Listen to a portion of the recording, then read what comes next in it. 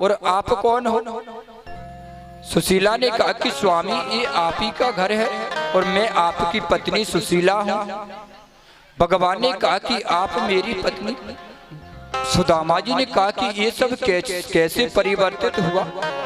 उसने कहा कि ये सब कृष्ण तुम्हारे मित्र की कृपा से हुआ है। मैंने कहा था नहीं कि तुम एक बार जाके तो आओ। आज उनकी कृपा हो गई हमारे ऊपर, तो आज सब कुछ बदल गया।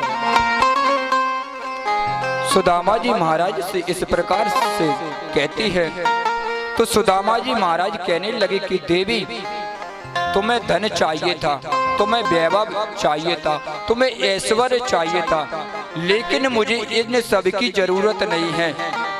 मुझे तो सिर्फ मेरे कृष्ण की जरूरत है। मुझे तो सिर्फ भजन करना है और तुम अपने महल को संभालो। इस वैभव सोने चांदी खजाने को तुम ही संभालो, मैं तो चला भजन करने के लिए। सुदामा जी महाराज ऐसा कहते हैं सुशीला से। सुदामा जी महाराज वहां पर जाने को हुए तो आज भगवान नारायण स्वयं प्रकट हो गए और कहने लगे कि मित्र, तुम कहाँ जाते हो? बोले तुम जंगल में जाकर के भजन करना चाहते हो। क्या इस महल में रहकर के भजन नहीं होगा? जंगल में जाने से ही भजन नहीं होता। भजन हम अपने घर पर रहकर के भी कर सकते हैं। जंगल में जाकर के अगर हमारे मन की खटपट नहीं मिटी तो फिर जंगल में जाने से क्या फायदा? और घर में रहकर के हम अगर इधर उधर से मन को हटा के, परिवार से, रिश्तेदारों से, संसार से मन को हटा के और परमात्मा का चिंतन करें तो वह घर ही हमारे लिए वन बन जाता है। इस प्रकार से समझा रहे हैं भगवान कृष्ण सुदामा जी महाराज को। और आज सुदामा जी महाराज से कहा कि तुम अपनी पत्नी और बच्चों के पास रहो, खूब ऐश्वर्य भोगो और इस सुदामापुरी का राज्य करो। राज्य करने के बाद तुम्हारा मन ना लगे तो फिर मेरा भजन करना। भजन करते हुए और तुम फिर मेरे धाम को आ जाना।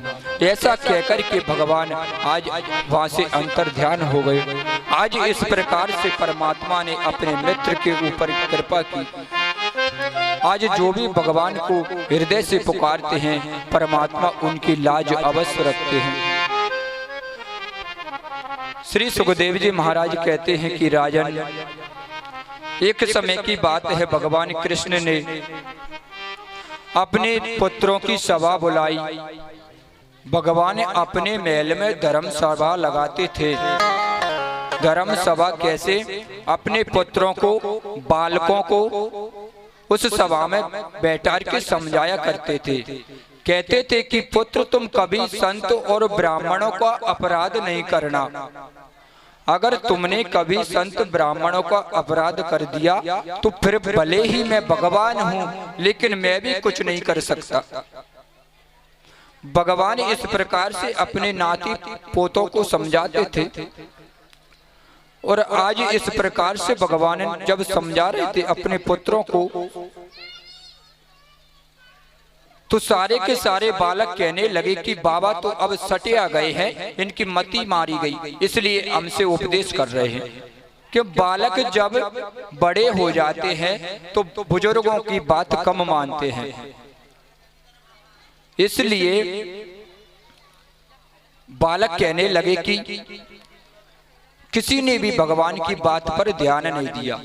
और आज सारे बालक प्रवास क्षेत्र में चले गए जहां पर बड़े बड़े संत ऋषि मुनि विराजमान थे। सांब थे। सांब कौन थे? सत्यभामा के पुत्र सांब थे। सांब का प्राकट्य कैसे हुआ? सांब का प्राकट्य कैसे हुआ? भोले बाबा और माता पार्वती ने अपने तेज को सत्यभामा के गर्भ में स्थापित किया। उनके यहाँ पर कोई संतान नहीं थी। संतान नहीं थी सत्यभामा की यहाँ पर। तो भगवान श्री कृष्ण और सत्यभामा जी ने भोले बाबा का ध्यान किया, तपस्या की। तब भोले बाबा ने उन्हें आकर के वरदान दिया और स्वयं माता पार्वती और भोले बाबा ने सत्यभामा के गर्भ में अपने तेज को स्थापित किया, इसलिए उनका नाम पड़ा सांब।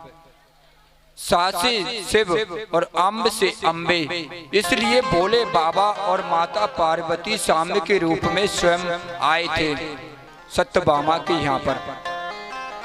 सांब सत्यभामा का पुत्र है। अपने भाइयों मित्रों के साथ में आज उपहास करने के लिए सांब संतों के पास में पहुंच गए। संतों के पास में जाकर के आज उन्होंने हास्य परिहास बस असी में कहने लगे संतों से, क्या आज सारे यादव बालकों ने सांब को साड़ी पहना ली, श्रृंगार करा दिया और ऐसा उनका उदर बढ़ा लिया, कुछ कपड़े वगैरह रख करके कि मानो कोई गर्भवती स्त्री हो। और संतों के पास जाकर के कहने लगे कि महाराज, हमने सुना है कि आप त्रिकालदर्शी हो, आप ये बात बतलाइए कि इस स्त्री के गर्भ में लड़का है या लड़की। तो संत ने, वो त्रिकालदर्शी संत थे, सब जानते थे, उन्होंने कह दिया कि अरे यादव बालको, तुम हम जैसे संतों से मजाक करते हो। इस स्त्री के गर्भ में एक लोहे का मूसल होगा।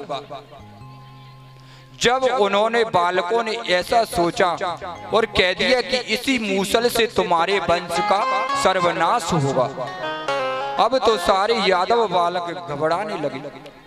दौड़े दौड़े भगवान श्री कृष्ण के पास आए कि बाबा, हमसे बहुत बड़ा अपराध हो गया, हमें क्षमा करें।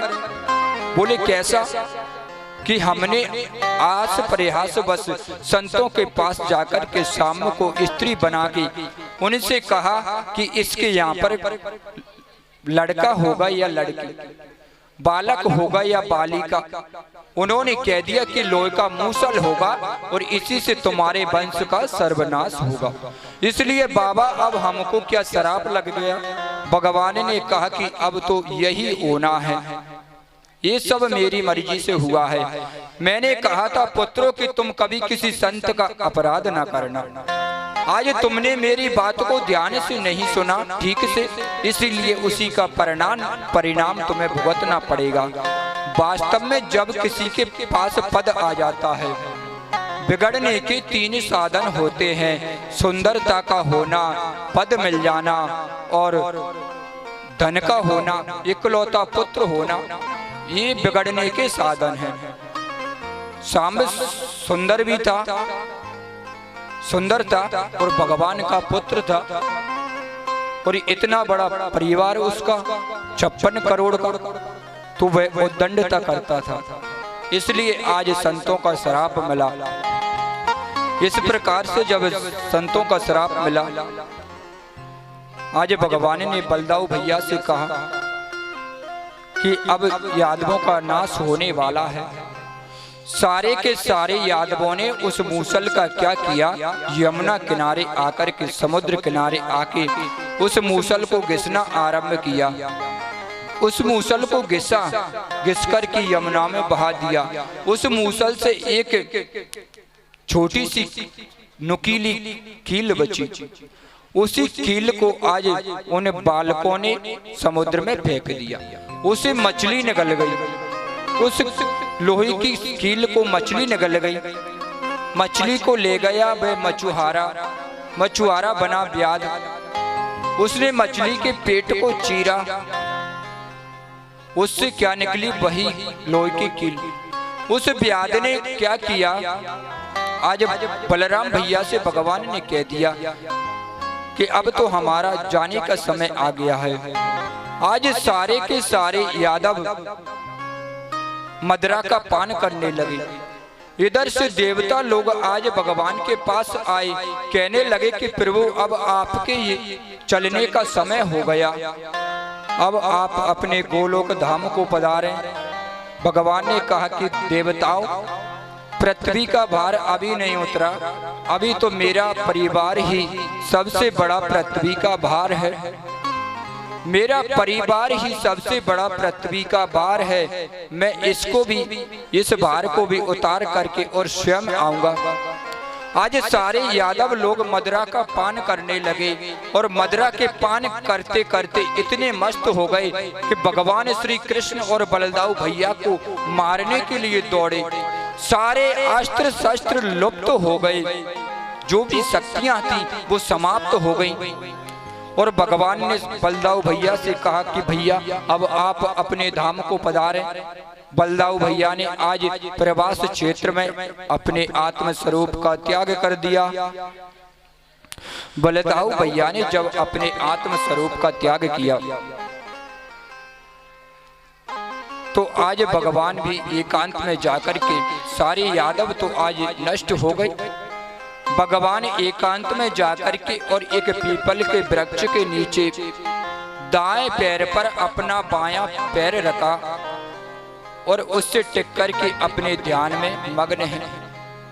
उधर से बहेलिया आया, भगवान के पैर में पद्म था। उस पद्म को देखा, उसने सोचा कि ये हिरणी का नेत्र है। हिरणी का नेत्र समझ करके और उस बहेलिये ने बाण मारा उसी लोहे की कील का, तो आज भगवान के पैर में लगा। जैसे ही भगवान के पैर में लगा, उसने पास में आकर के देखा तो कहने लगा, प्रभु मुझसे बहुत बड़ा अपराध हो गया, मुझे क्षमा करें। भगवान ने कहा कि तुम चिंता ना करो। भगवान ने कहा तुम चिंता ना करो, ये सब मेरे ही आदेश से हुआ है।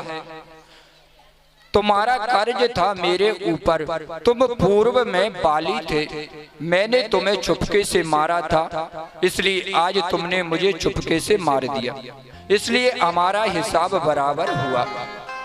भगवान ने ऐसे कह दिया। इस बात का पता चला उद्धव को।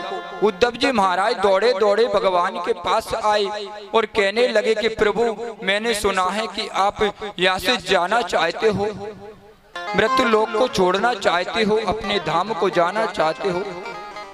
उद्धव जी महाराज से कहा कि उद्धव मेरा कहीं जाना नहीं होता, ना मेरा कहीं आना होता, ये ऐसी बुद्धि रखते हैं, वो मूर्ख हैं। कैसे हैं मूर्ख? भगवान तो सर्वत्र व्याप्त हैं।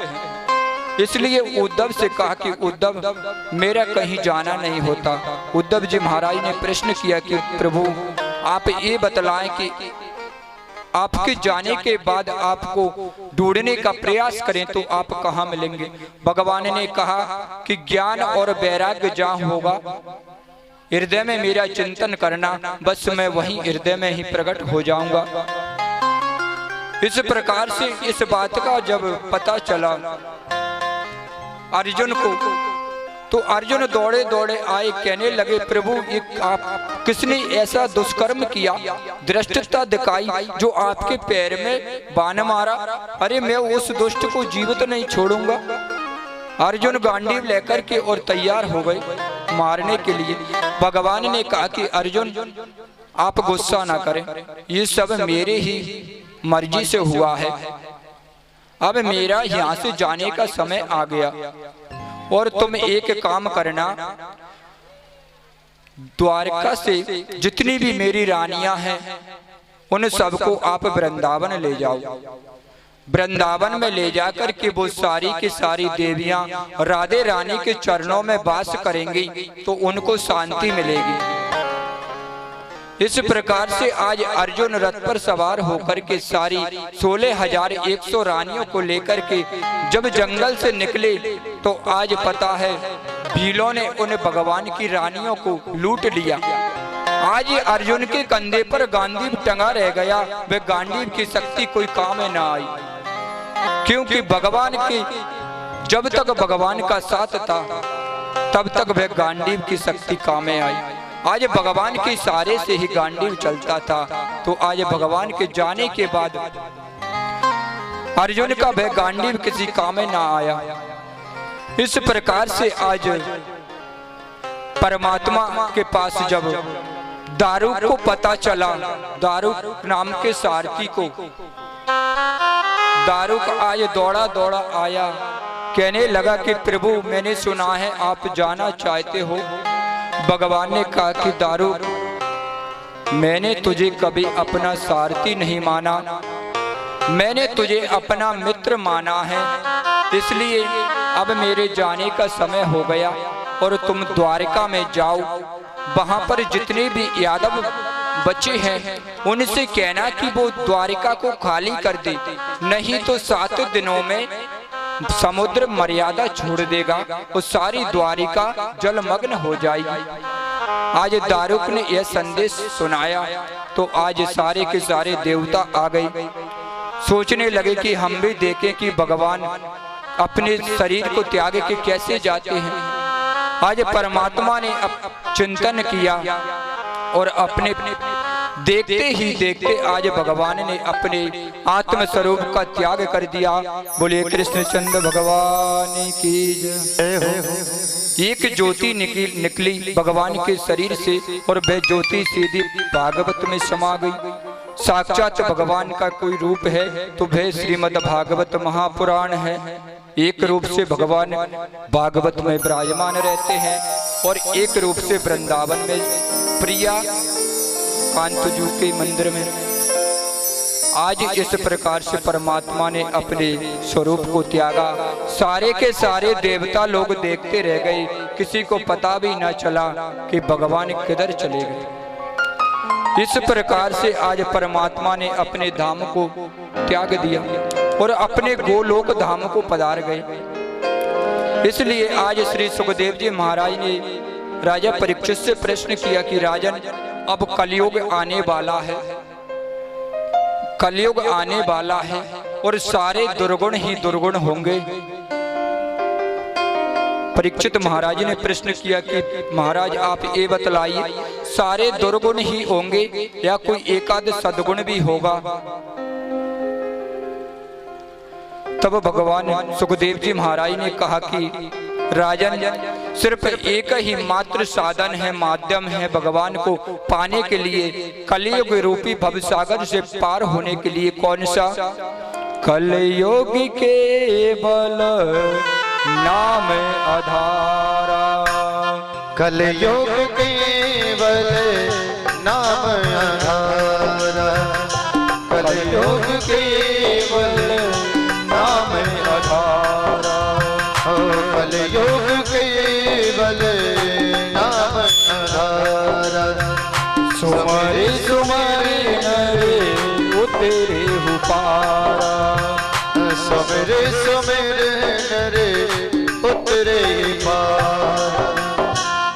इस प्रकार से सुखदेव जी महाराज ने कह दिया कि राजन, मात्र एक साधन है कि परमात्मा के भजन के द्वारा, संकीर्तन के द्वारा इस कलयुग से पार हुआ जा सकता है, और कोई साधन दूसरा नहीं है कलयुग में। आज श्री सुखदेव जी महाराज कहने लगे कि राजन, तुमने मुझसे बहुत प्रश्न किए, मैंने सब प्रश्नों के उत्तर दिए। आज मेरी जिज्ञासा होती है कि आप से एक प्रश्न करूं। सुखदेव जी महाराज ने राजा परीक्षित से प्रश्न किया कि राजन, क्या आप मरोगे? क्या आप मरोगे? राजा परीक्षित ने कितना सुंदर उत्तर दिया कि महाराज, मैं क्यों मरूंगा? जब मैंने जन्म ही नहीं लिया तो फिर मैं मरूंगा क्यों? अरे मैं तो एक आत्मा हूँ, आत्मा का ना कभी मरना होता न कहीं जन्म लेना होता, इस तो सब शरीर की गति होती है महाराज। इसलिए ऐसी बुद्धि तो पशु बुद्धि है जो ये सोचता है कि मैं मरूंगा। आत्मा का कहीं मरना नहीं होता, आत्मा तो अमर है। सुखदेव जी महाराज ने कहा कि राजन, मैं समझ गया कि तुमने 7 दिन 7 रात मन लगाकर के श्रीमद् भागवत कथा का अमृत पान किया है।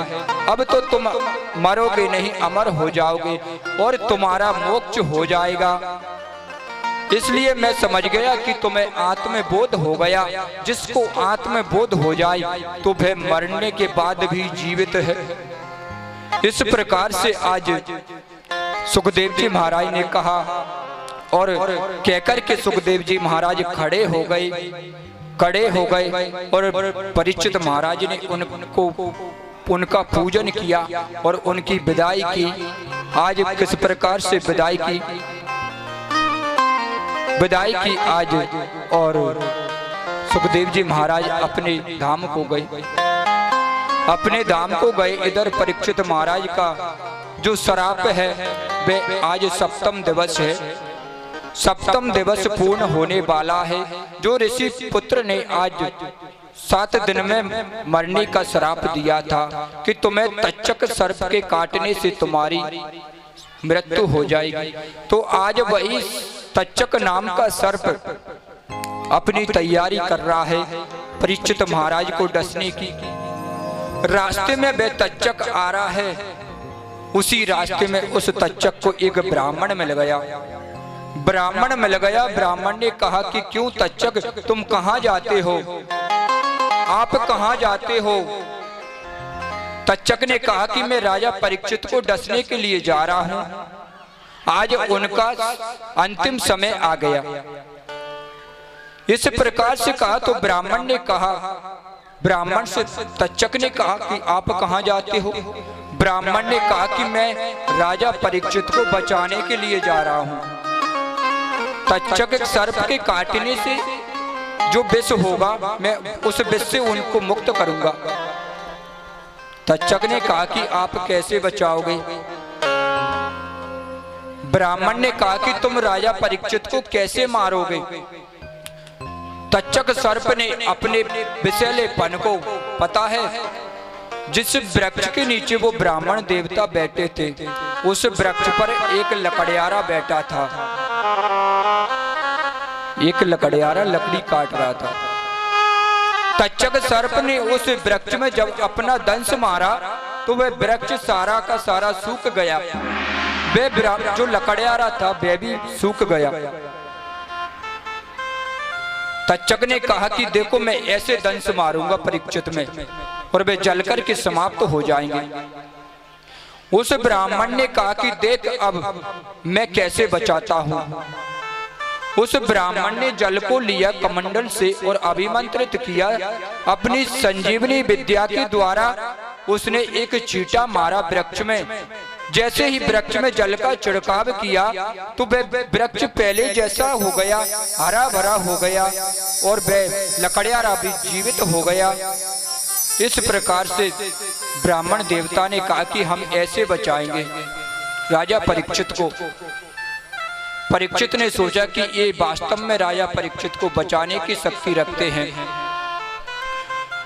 तक्षक ने आज बहुत सा धन देकर के और ब्राह्मण देवता से कहा कि महाराज आप बचाने के लिए ना जाएं, आप यहाँ से लौट जाएं, नहीं तो एक संत का श्राप झूठा हो जाएगा।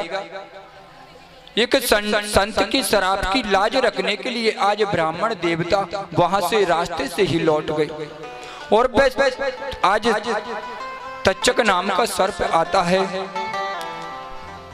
तंसे तम तक्षकं पाधे लेलिहान विषानने नादृच्छामि शरीरंच विश्वं च प्रतगात्मना। आज वे तक्षक नाम का सर्प अपनी जीभ को लपलपाता हुआ, अपने ओंठों को फड़फड़ाता हुआ राजा परीक्षित की ओर आ रहा है।